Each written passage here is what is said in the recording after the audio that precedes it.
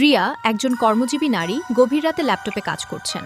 তার ফোন থেকে একটি নোটিফিকেশন বেজে উঠল, ওমেন্স ডে উপলক্ষে মেকআপ করতে ভুলবেন না। ফোনে আসা মেসেজটি দেখে তিনি আয়নার সামনে যাওয়ার প্রস্তুতি নিলেন। রিয়া আয়নার সামনে গিয়ে দাঁড়ালেন। তার মেকআপ করার কথা ছিল, কিন্তু সে নিজের প্রতিচ্ছবি দেখে অবাক হলো। আয়নায় তার প্রতিচ্ছবি সেজেগুজে দাঁড়িয়ে আছে, মুখে চওড়া হাসি, কিন্তু রিয়া তো সেজেগুজে নেই। এটা দেখে রিয়া খুব ভয় পেয়ে চমকে ওঠে। আয়নার মধ্যে থাকা মূর্তিটি হট করে হাত বের করে রিয়াকে ধরে। এতে রিয়া ভয় পেয়ে অজ্ঞান হয়ে যাচ্ছিল। তখন সে হালকা শুনতে পায় মূর্তিটি বলছে, have you found your true self? রিয়ার জ্ঞান ফেরার পর মহিলাটির বলার কথা তার মনে পড়ে।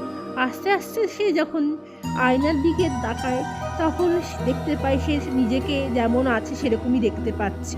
রিয়া ধীরে ধীরে বুঝতে পারে অবয়বটি তাকে কি বলতে চেয়েছে, ট্রু সেলফ খুঁজে পাওয়ার বিষয়। এখানে অবয়বটি বলতে চেয়েছিল নিজের ভিতরে আত্মবিশ্বাস ও আত্মসম্মানের কথা।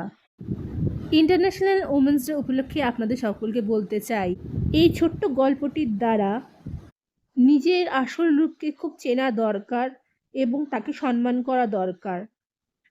শুভ আন্তর্জাতিক নারী দিবস। বিশ্বের সকল নারীদের জানাই অফুরন্ত শ্রদ্ধা ও ভালোবাসা।